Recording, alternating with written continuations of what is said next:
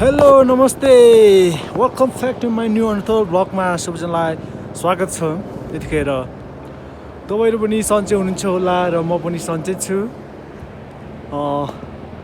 म चाहिँ भर्खर उठेर यस्तो भ्यू हेर्न आएको यहाँबाट टक्क भिडियो बनाउन यस्तो भ्लग आयो आयो आयो हेलिकप्टर आयो होइन आयो आयो आयो आयो आयो हेलिकप्टर। यहाँ चाहिँ सबै सामानहरू चाहिँ हेलिकप्टर मार्फत ल्याउँछन्।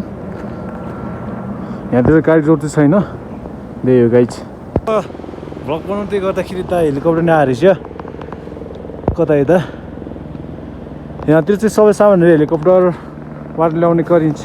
यहाँतिर गाडी रोडै छैन। यो भनेको एकदम हाईमा हो यो नेपालको रसुवामाथि के भन्छ रसुवातिर पर्छ। यो रसुवा चाइना बोर्डरतिर हेलिकप्टर आइरहेको छ। यता खैर लिन आएको सामान लिन आएको यो सामान ल्यायो होला सायद। यो यस्तो छ गाइस यहाँतिर होइन हिमालतिर यस्तो छ। होटेलै खतरा छ यार। काठमाडौँतिर जस्तो पुरै 5 स्टार होटेल जस्तो क्या यहाँतिर फेरि गाडी रोडै छैन होइन। सबै सामान सबै सामान चाहिँ यहाँ चाहिँ हेलिकप्टर खचरबाट ल्याउने गरिन्छ। यो चाहिँ एकदम हाईमा छ क्या। समथिङ 4,000 मिटर हाई चौधी होला सायद। यो चाहिँ एकदम दुर्गम क्षेत्र भनौँ न। माथि चाइना बोर्डर नजिक पर्छ यता। यो हिमाल पछाडि चाहिँ चाइना पर्छ र यता चाहिँ नेपाल। त्यही हो गाइस यहाँतिर गाडी रोड छैन। एकदम दुःख छ यहाँतिर। एकदम खानेकुरा एकदम महँगो छ कि यहाँतिर किनेर खान सकिन्न। एउटा बिस्कुट 10 रुपियाँ पर्ने एउटा बिस्कुटलाई त 100 रुपियाँ पर्छ। त्यही म एकदम किनेर खान सकिन्न यहाँतिर। गाह्रो छ यहाँतिर। एक छ खाना दाल भातलाई त 1000 रुपियाँ पर्छ। 1000 माथि समथिङ 1200 1300 सक्ने यहाँतिर। यो भनेको टुरिज्म क्षेत्र हो गाइज। टुरिज्म क्षेत्र यता विदेशी तथा नेपालीहरू प्रायः घुम्न आउँछ यता। अहिले चाहिँ बिहानको 6 बजिरहेको छ। टक्क हिमालले खेरेको यता छ। हिजो हामी तलबाट आएको थियो माथि। भोलि नै यहाँबाट झर्नेछौँ फर्किनेछौँ। टक्क यहाँबाट देख्न सक्नुहुन्छ सिन बबाल देखिरहेको छ। यता पहाडले घेरेको यता त कालो पत्थर भारी छ यो हिमाल चाहिँ। टक्क यता चाहिँ हिमाल छ। टक्क यो पछाडि चाहिँ चाइना पर्छ। त्यही हो यता नेपाल माथि हिमाल पछाडि चाइना पर्छ। चाइना बोर्डर यो चाहिँ सँगसँगै रसियातिर पर्छ। हेर्न सक्नुहुन्छ गाइस तपाईँहरू यो भिडियो हेरेर साथ दिनु होला होइन। स्किप नगरी हेरिदिनु होला। यस्तो गजब छ होइन। यो चाहिँ भनौँ न के भन्छ यो ठाउँको नाम चाहिँ रसुवाको माथि के भन्छ लाङडाङको माथि गाउँ हो यो। टक्क यहाँतिर बिल्डिङ छ कि पुरै होटेल यस्तो छ बबाल दामी।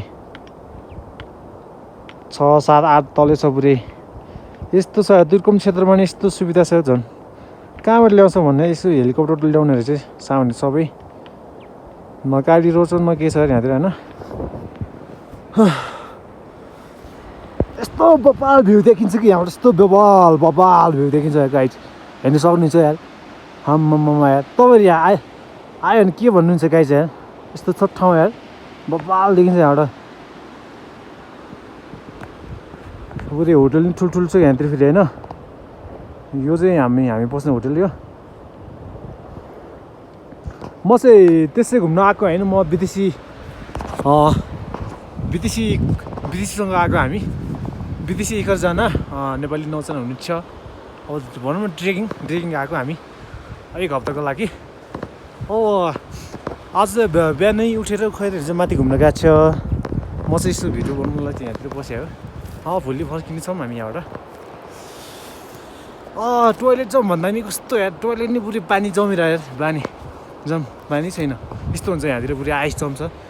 त्यही म यसो टोइलेट नै आएको बाहिर नै आएको भिडियो बनाउनुलाई। टक्क टोइलेट नै जानु लाग्यो म यता। तर ठाउँ अति चिसो छ यहाँतिर। फ्रिजभन्दा कम छैन यहाँतिरको पानी। पुरै आइस जमिरहेको होइन पानी। यसो पानी धारा चाहिँ यस्तो खुल्ला राखेर सोर्नुपर्छ राति चाहिँ होइन। अब त्यतिकै राखिदियो भने चाहिँ पुरै जाम हुन्छ कि आइस जम्छ। त्यो चाहिँ टोइलेट नि पुरै जमिरहेको। टोइलेट पुरै जमिरह्यो नि टोइलेट नि पानी छैन नि। त्यही हो प्रब्लम। त्यही पनि त अति चिसो छ यहाँतिर ठाउँमा। त्यो देखिन्छ यहाँबाट हिमाल होइन हिमाली नजिक देखिन्छ यहाँबाट चाहिँ हिमाल नजिकै हो हामी हिमालको फेदमै बस्ने हामी